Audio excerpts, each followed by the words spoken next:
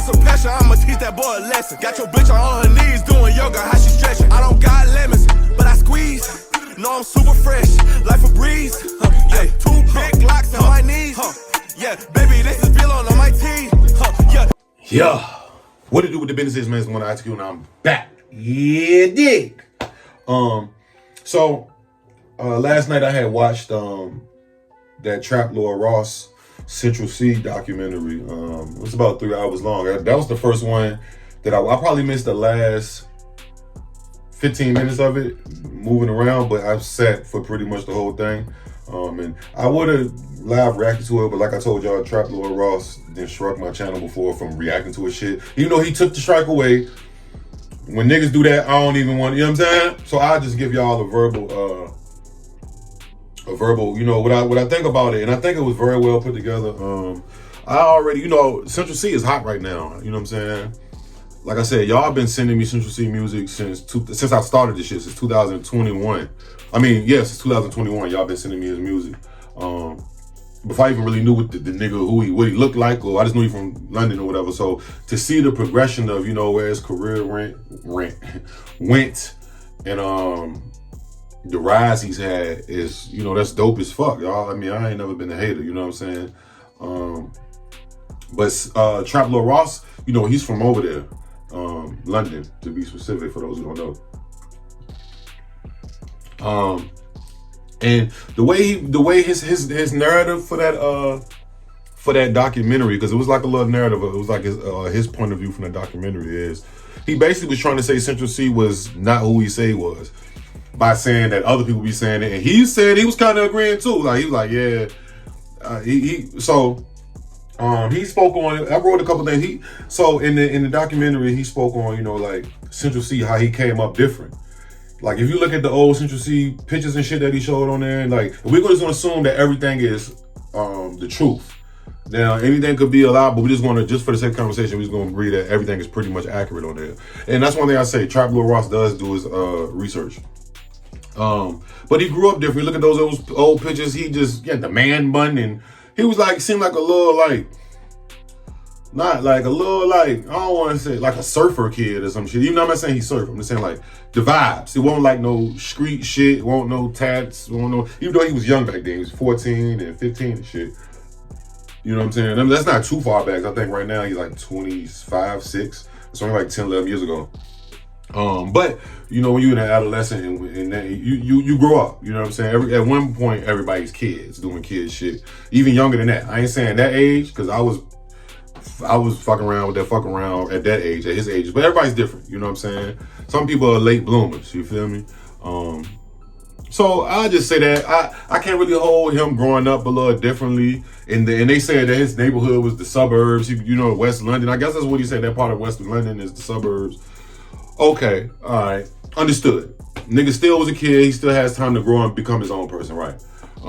Even though it's kind of like, I don't know. See, I don't know if he stay there in London, or maybe he moved around. Maybe he only lived in West London or maybe he was only in the house. You know, people get evicted. People live with their parents. They don't, you know what I'm saying? Foster care, child services, and things happen. So I don't know about all that. He didn't quite get into that. But that's he a kid. We can't. That's a long ways to go back. What was he doing since on his come up and on that street shit? So, then he spoke on Digga D. So Digga D, I know about Digga D. People been sending me Digga D's music as well. For not as long as Central C, but probably like 2 years, not 3 years. But you know, I think Digga D is a dope artist. You know what I'm saying? He does give me, you know, because you know, out of Central C, Fredo, if y'all follow the wave, Fredo, it seemed like Digga D, he's known over there, but he's the only one who hasn't really fully blossomed yet. You know what I'm saying? As a big enough artist, maybe outside of, you know, he got a couple songs with a French artist here or this artist there, but not like Digga D not coming to the States. I don't even know if he ever been over here. You know what I'm saying? Like in real life, I don't know if he ever been over. But like Central C, Fredo, them niggas be coming to the States. They be moving around. You know what I'm saying? So I do definitely feel like, I'm pretty sure Digga D has resentment because of that. You know what I'm saying? He ain't blow like how Central C blew. And then he go on into the you know, the story of, You know, and everybody, I've been knew about this. It was alleged that like Digga D had shanked the fucking Central C homeboy and right in front of him, and Central C ran and some shit like that. And I've been hearing that since before this documentary, because there was other little documentaries on Central C and Digga D that I've seen before, little small ones. But yeah, see, the thing what I get from the Digga D situation is he on that street shit. He like the street artist who can't blow, or he's known, but I'm saying like he want to go all the way up. You feel me? He got like songs with Moneybagg Yo and what was the other song? Moneybagg Yo and somebody else. He got like a few songs with some American artists, French artists, like, and they was trying to say like he's trying to people that know about their situation be trying to say that Digga D did that to like take Central C away, because you know Central C makes music with so many different people from so many different countries. That's his thing. That's like, I feel like and that's smart to do. I think anybody should do that without whatever you're doing when it comes to music, arts, entertainment. You collab with people. Now we got the internet. You can collab with people over there. You can go tap into this type of music. You can actually go over there. You know what I'm saying? Planes are better. You know what I mean? Even though a documentary coming soon about planes. But yeah, man, I just feel like Digga D is the streets for real. Like he been off the porch before Central C. I'll say that for sure. It seemed like just looking at that, you know what I'm saying? Oh, in the early music, he touched on the Trap Lord was talking about. So if you don't know, Central C had a different style at first. It was like some auto-tune, Roscoe Dash. Not even, I can't say Roscoe Dash. I say like some pop rap auto-tune though. You know what I'm saying? Like pop, rap, auto-tune. Now his shit is more like drill beats right now. You know what I'm saying?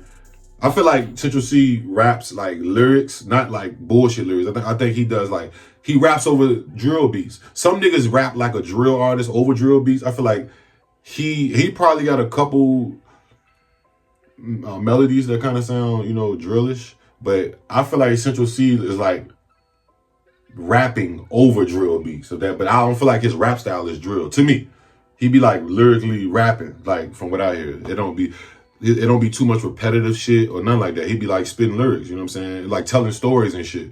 So yeah, I mean, you can't be mad at him for trying to you gotta find your style. I always tell people that too. Just anything, you gotta find your lane. Even if you do YouTube, find which fits you. You might gotta move to a couple different genres, or you might gotta tweak your music or tweak your program a little bit better, but you can't really. And yeah, I do agree the nigga music was way different, and it was bad. It was bad, you know what I'm saying? It wasn't bad to the extent of, it wasn't bad, it was corny. It was just a little corny, like, you know what I'm saying? You could definitely tell that he grew and he got around some different people or got some different influences, started looking at different type of music or whatever, because the Central C style today and the one back then, totally different. Two totally different things, totally different artists, the way he looked and everything, you know what I'm saying? But he was a kid, so, and he was an early artist, so we can't, you know, what you gonna say, don't grow? Then if a nigga don't grow, that's just anybody, not just some shit. Motherfuckers like, man, you need to evolve, you need to change your style, you need to, right, see? So, and I'm pretty sure y'all familiar with that. What was another thing that I pointed out here?